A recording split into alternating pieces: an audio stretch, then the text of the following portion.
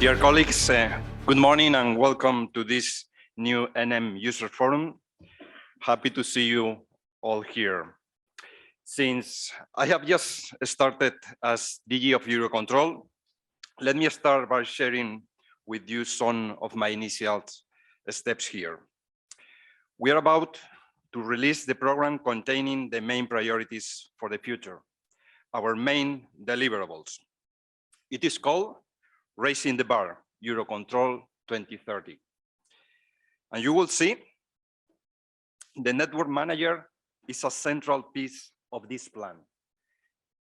The network manager and the need to strengthen the engagement among us, among the aviation family. This program underlines how important it is to get ready for this summer. Eurocontrol is working hard on the preparation for summer 2023, and this event is an essential part of that process. Technology is also a main element in this program, and especially everything related to the INM. As you know, our main program to help transform European ATM. I'm happy to see that there is a session on this today. Before moving forward, I would like to thank Jacopo and his team for organizing this event.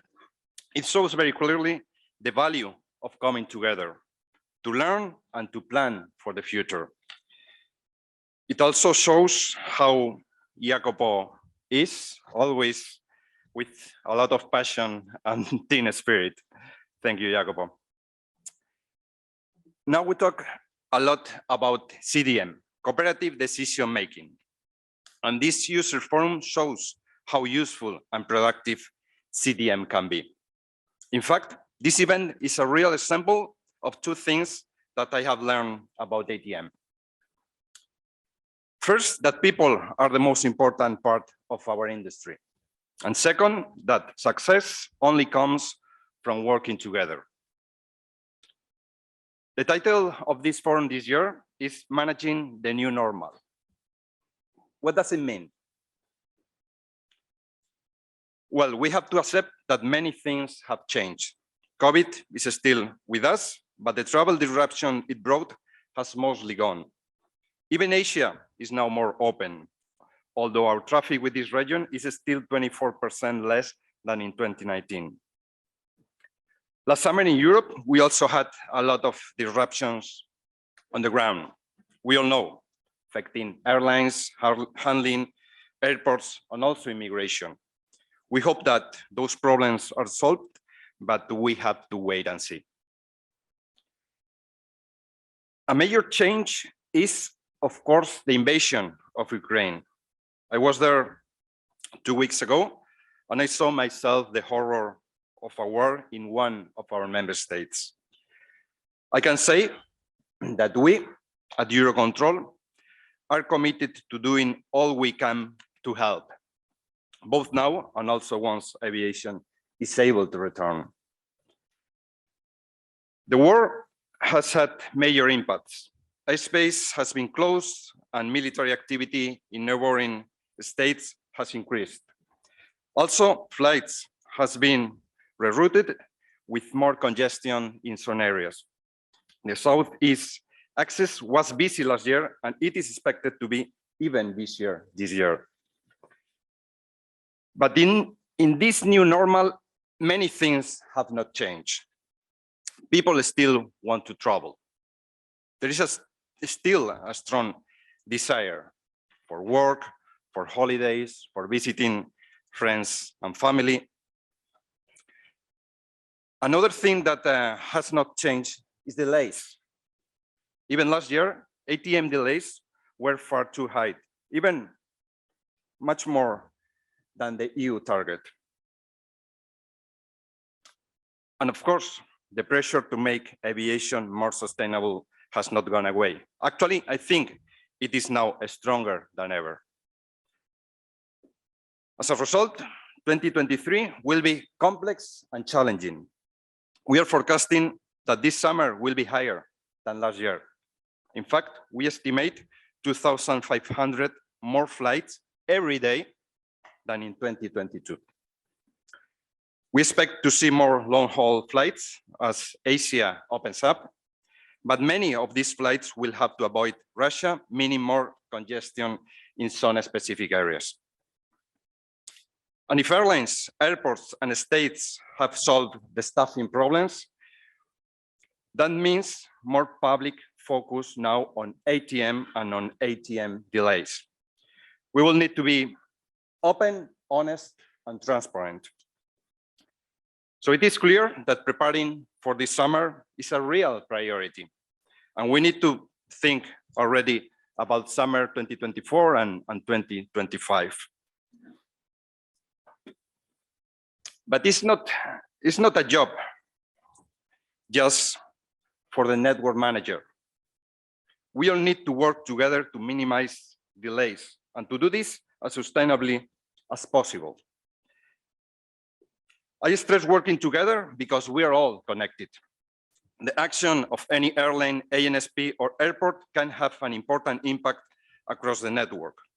That's why events like this are so important. The network manager plays a crucial role in making sure that everyone is working to improve not just their performance, but also the performance of the network. And I think that message is getting through. We do see stakeholders helping out, realizing that we all benefit from an efficient network. But there is, of course, much more to do. This means increasing capacity to help out another ANSP. It means filling flight plans accurately and then sticking to them, which helps improve network predictability. It means respecting slots. It means setting up an airport operations center to improve coordination with airlines and with ATC. In short, it means working together, listening to each other and learning. This is something you are all demonstrating by participating in this event today. So go for it, and thank you for listening. Thank you, Raul. Good morning, everyone. First of all, I'm really excited because really I see finally physically everybody back in this room. It's packed, and this makes me really happy because it means that the signs of recovery are now really, really tangible. I've heard that we have more or less also 500 people connected in streaming, which is another example of the importance. And of course, the first thing that our Director General has said is of utmost importance. Eurocontrol is here. Eurocontrol Network Manager is here to raise the bar and support even more all our partners, all the aviation stakeholders to deliver in an important way. You saw from the agenda that we are trying to touch base on all the most important things that we're doing, from the operations to the technology. And you also perceive, I hope, the strong interest that the Eurocontrol team has to capture all your input. So I really encourage all of you to do your utmost and push us and to contribute to do even better, as we are really eager to raise the bar. My keynote speech will be dedicated more or less to two things. First of all, a little bit about our vision and reconfirming our vision as Eurocontrol, and then, of course, of utmost importance, the challenge that we had ahead of us. First thing first. So, first of all, of course, we are the House of Aviation, and we want to continue to be the House of Aviation. But what does this mean? It means that we are here to support, not to tell anyone what to do, but to support and contribute to building a single House of Aviation. How to do that? First of all, there's a physical thing.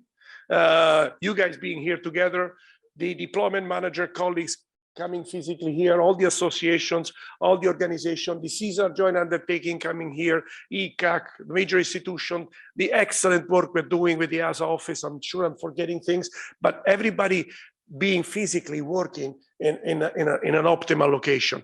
And then how we do that? We look at the challenge and we try to enter into a logic, first of all, of, now it works, of considering that we are in a good situation, because often we are so taken by things that we don't consider exactly what's going on. As the Director General said, people want to fly. I mean, this was not a given during COVID. We were all fearing that we will not recover quickly, that people might be afraid of flying. People prefer to fly either than buy a new phone now. And the priority has raised. It's a good thing. It's a good thing for aviation because we have an expectation of continuous growth in the years to come. Of course, it will bring challenges. Of course, it's going to be complex, but we're not talking about a curve going down. We're talking about the curve going up. And this gives us even more responsibility as Eurocontrol to support all of you guys in the endeavor of managing this. And of course, one other important thing, which has been my personal mantra as well since I arrived, is the single value chain.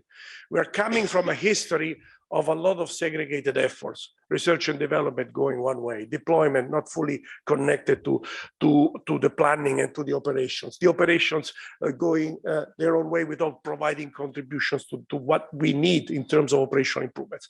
We are in Eurocontrol, and together also with my colleagues, with the other directorates, are really working hard to ensure that we get to a single value chain, which means everybody aligned. I see a great also effort and cooperation, of which I thank, from the SJU, from the SDM, and all the colleagues working around that to make sure that this happens, that we are business oriented and that we look at what we really need for the future to go into operations, and also to shorten time to operations, because often it's easy to say this is something important to be implemented, but then if it takes 20 years, it's useless. Let me be very straightforward.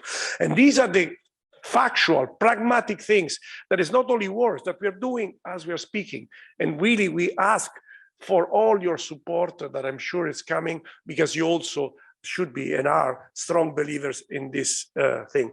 And of course, sustainability, as Raul has said, is not going to go away. It's going to be even more important. And all the efforts we do to improve the trajectory, to reduce their delays, and to do all these things are contributing positively to a sustainable growth. So this will be in our agenda as a critical element. We will have a lot of discussions during the 2 days, but this is something that is going to be an asset that we will need to consider on every action we do. And last, but I would say not least, what are we doing to further contribute from the perspective of what I just said? Trying to enact also internally that, first of all, time is not an independent variable, but to deliver quickly and rapidly all the technological improvement, the digital transformation of Eurocontrol to the best use of the stakeholders. And you see some dates here. I arrived in July 2019. We started INM in January 2020, and we want to go live at the end of next year.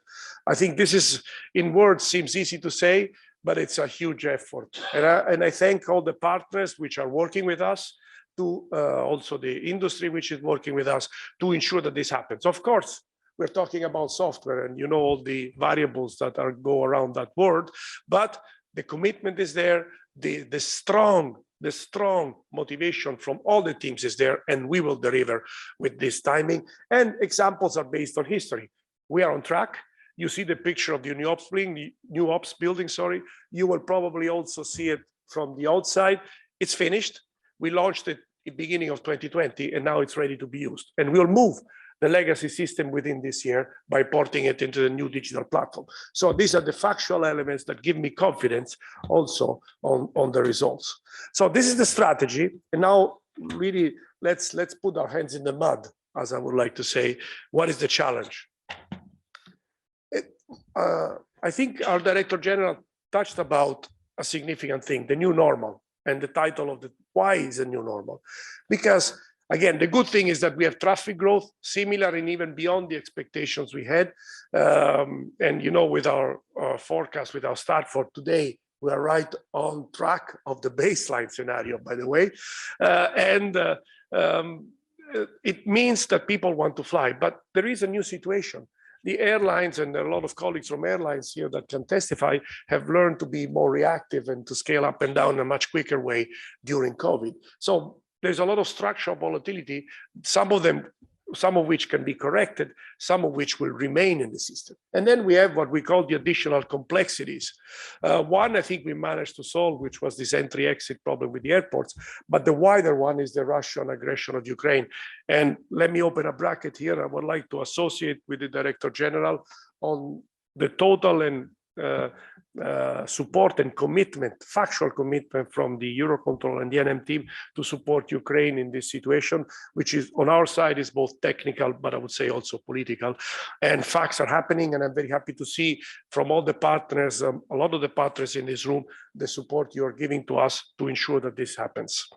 Now, with regard to that, it's not going to go away. Even if we all hope situation will improve, there will be a lot of military effort beyond the closure of Ukraine, beyond the buffer areas, with a lot of exercises in the years to come, at least within this decade. And this is something we need to take into consideration. And taking this into consideration, I would again want to plead the work we're doing with NATO, because of course, this is something which is really important, and the work there in order to ensure that the best use of the common asset with the priority of course, of the defense part and which guarantees our democratic environment is done. And I think this is also clear from all the results we're starting to have on how to improve the use, for instance, of the military corridors. For the big military exercises this morning, we were discussing also with our German colleagues about the big exercises, I think it's called Orion in June, and in order to make sure that the complementarity and the best use of the asset is made. Now, back to basics. This is a basic slide which says, last year we were saturated. Traffic levels around 85% of 2019 with 20% less airspace. This year, same situation, up to 15% more traffic. This is a clear evidence that we need to do the utmost to raise the bar and organize ourselves to manage this summer. I think, and I want to be clear on that, that in a year like last year, justifications could have been made of ensuring, we're ramping up. So people understood that aviation could have had some problems, could have had some delays. I think this year we have no justification. We started the preparation of summer 2023 already in September last year, with the understanding that this was going to happen, with a great work in cooperation with full CDM to ensure the best preparation. But of course, as also the DG has said, things walk on the leg of the people. The individual contribution of each operational stakeholder is going to be essential. In a saturated environment, it's not only an NSP or an airline or an airport or a local problem. Everybody contributes to the success or unsuccess of this part. And I can assure you, you know better than me, that outside the aviation world, there's a lot of organizations which would be very happy that this would be a failure. So we need to work hard to protect aviation, and you saw the potential for growth, to protect the aviation growth.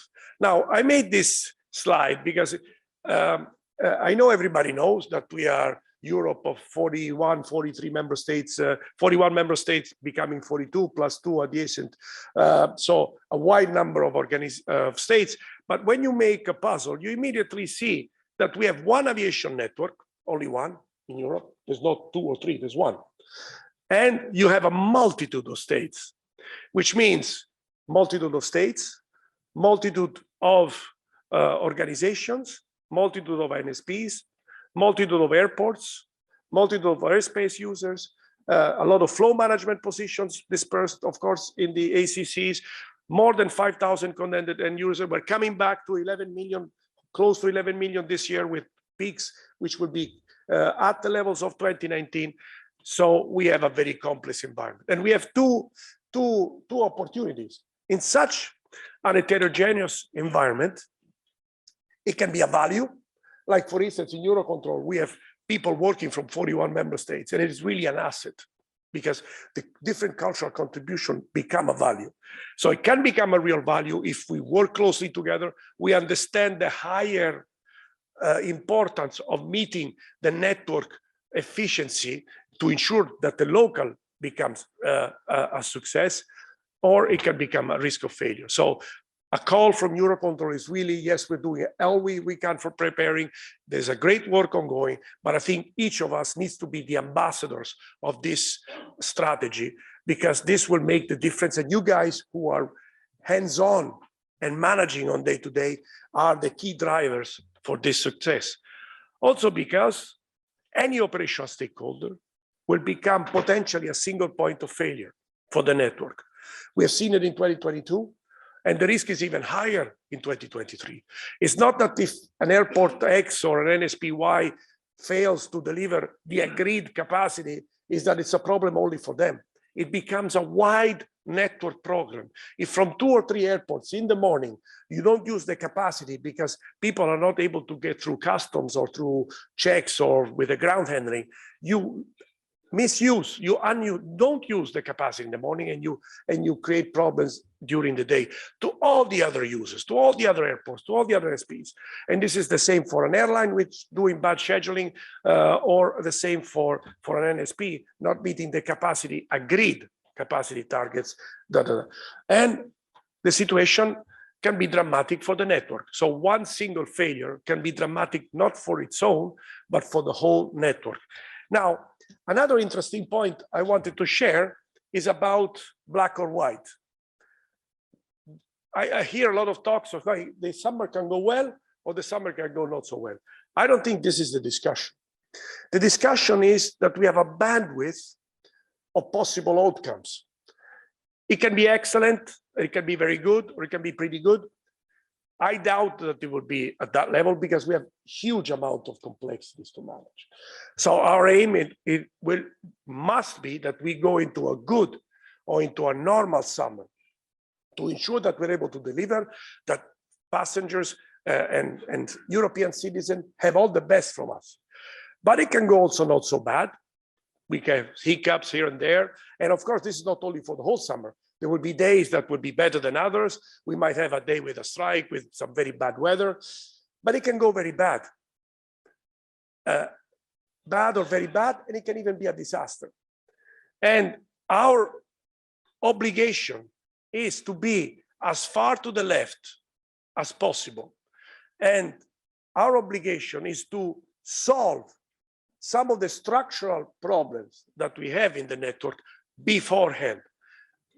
The Director General was mentioning the disciplined flight plan execution, stick to the flight plans. This improves predictability. The scheduling from the airlines, the sticking to the capacity from the NSPs, being a bit agile in the rostering with the 8-week cycle. All these things will enable to bring down the delays, the complexities in a normal day, and eventually to manage the additional complexities which would come on top, like a strike. Or if we don't do that and we go to very bad situations, it will take weeks to recover, and it will be significantly bad for not only for 2023 for aviation, but it will also be bad for the future of aviation. So I think we will never be there. I think my team and I will do all what will be needed to support every and each stakeholders to be on the left side. I'm a positive person, we will succeed.